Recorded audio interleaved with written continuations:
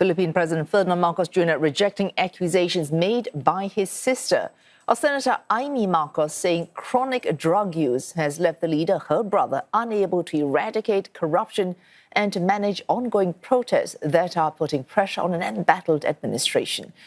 His son, who is also in politics as House Majority Leader, has slammed Marcos as dangerously irresponsible. Communications Undersecretary dismissing the claims as baseless. Claire Castro insisting that Mr. Marcos will stay in office despite supporters of the Vice President Sara Duterte, who is allied with his sister, urging him to step down.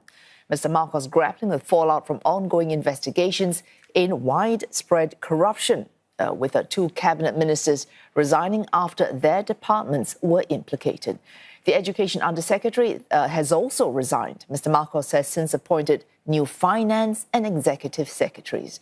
The presidential palace maintaining that this reflects Mr. Marcos's commitment to strengthening his government.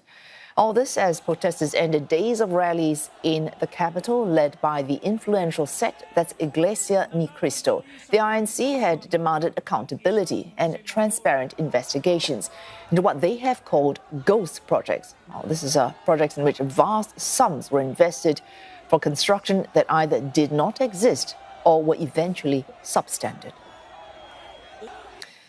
Maria Ronson joins us live from Metro Manila. Maria, those accusations from Senator Imee Marcos, it is known that these two siblings have had a very public falling out. So how much truth, how much credibility do her allegations have?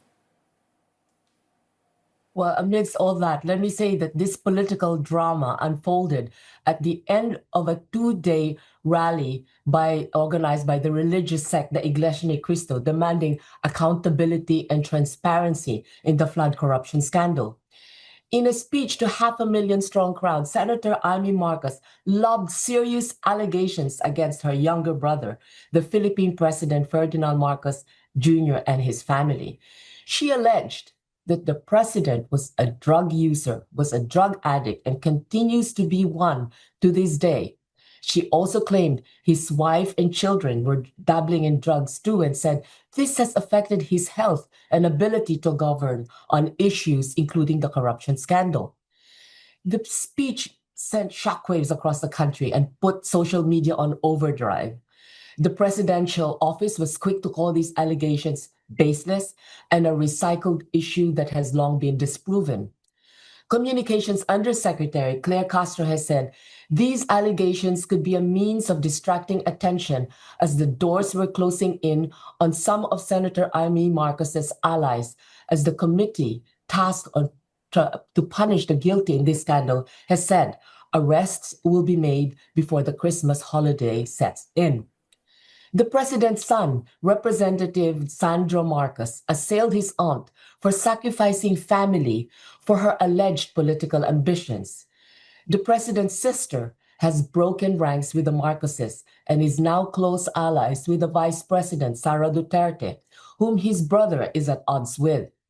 She ran as senator in her ticket and has backed the Dutertes in voicing objections to the arrest of the former president Duterte, who is being detained in The Hague for his so-called war on drugs.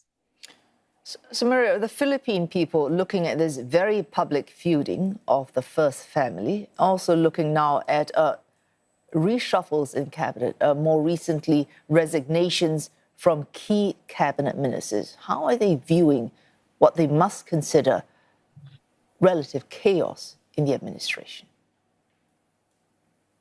Well, the Marcos family drama is only one of others unfolding as a consequence of the flood corruption scandal. A former political ally and former head of Budget Appropriations Committee, Zaldico, has been implicating the president and his cousin, the former Martin Romualdez, the former House Speaker, across the seas on the corruption scandal. But the allegations have not been given credence because of apparent inconsistencies in his accusations. They have also said that it's not been presented in a court of law or on any of the committees set up to investigate the scandal.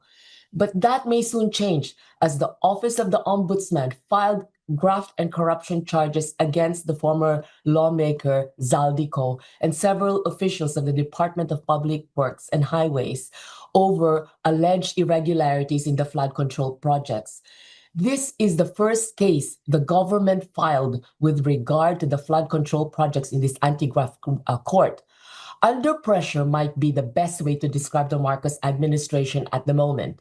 Marcos lost two key officials in his cabinet, the former executive secretary and the budget secretary. The two former secretaries also implicated in Coast corruption claims.